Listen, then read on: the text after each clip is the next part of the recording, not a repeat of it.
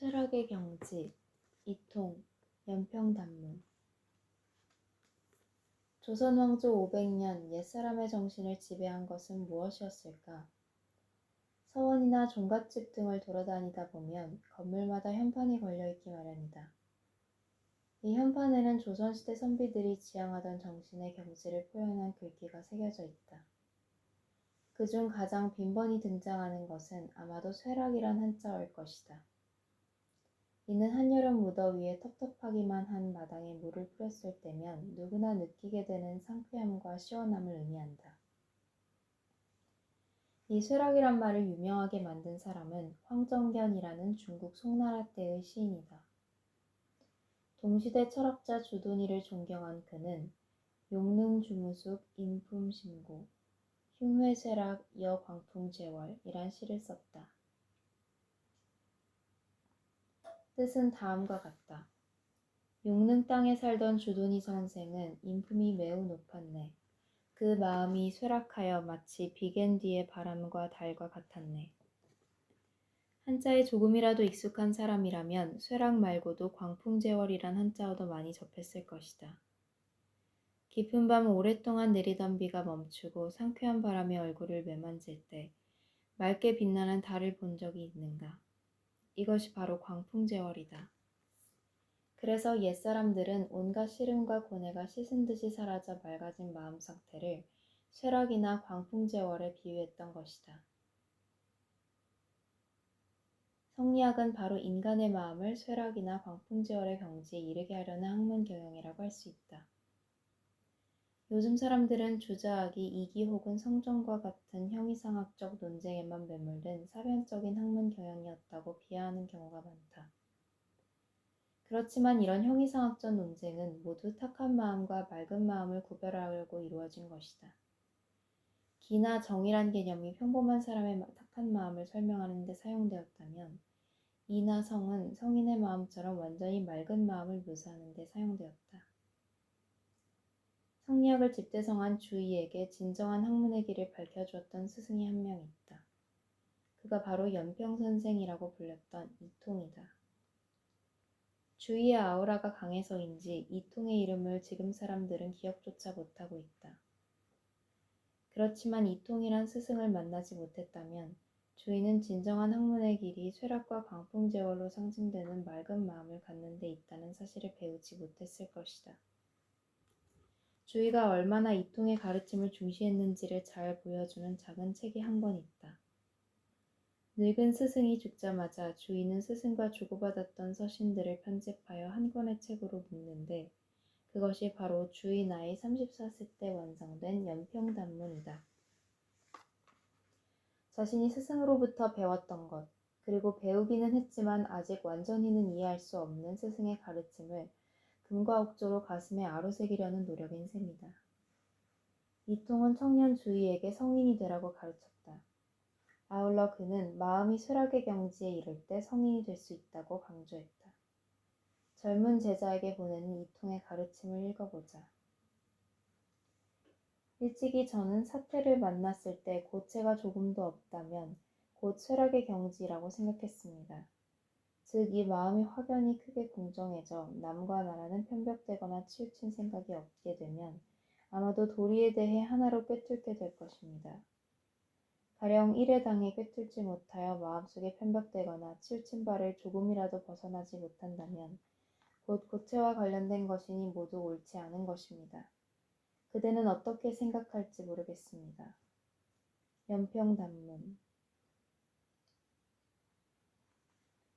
이통에게 쇠락은 딱딱하게 막혀 정체된 고체의 상태와 대립되는 마음 상태를 묘사하는 개념이다.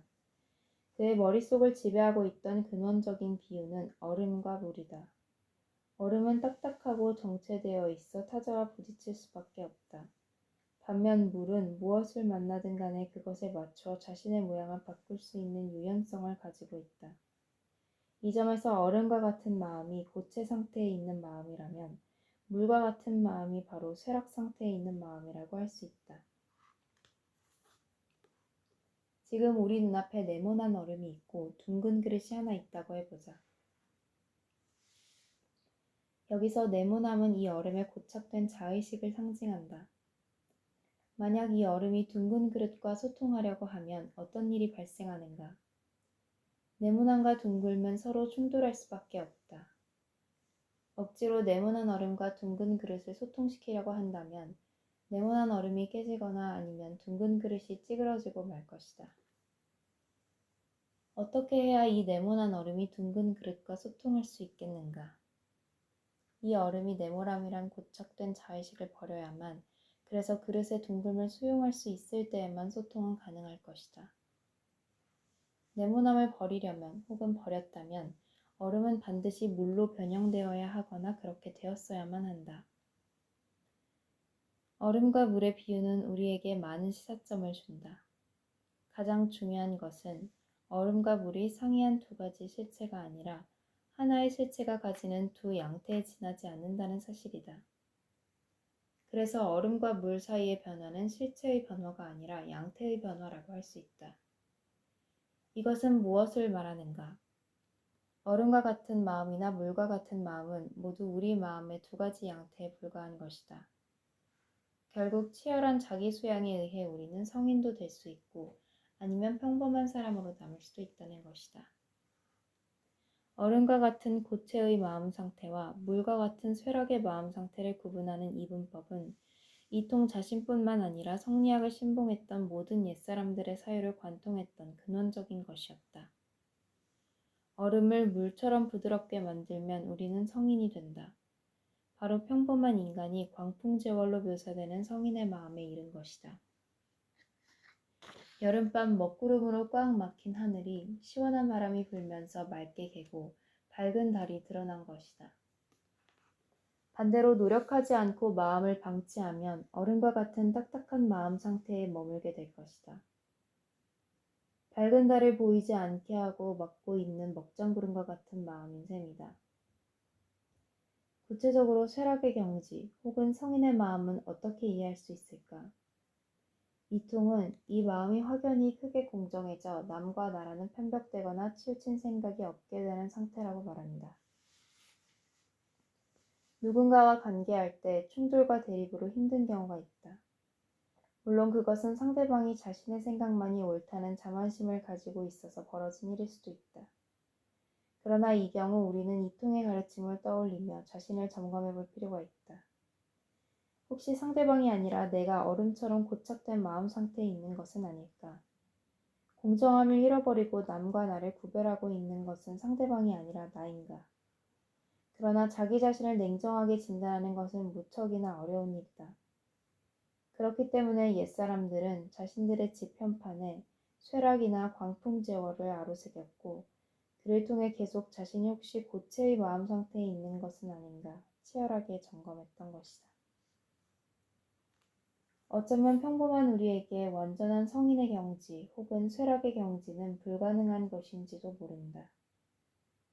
단지 우리가 할 수 있는 최선은 부단히 자신의 마음이 좁아져 있지 않은지 반성하는 일일 것이다. 이것만으로도 우리의 마음과 삶은 이전보다 더 나아지지 않을까.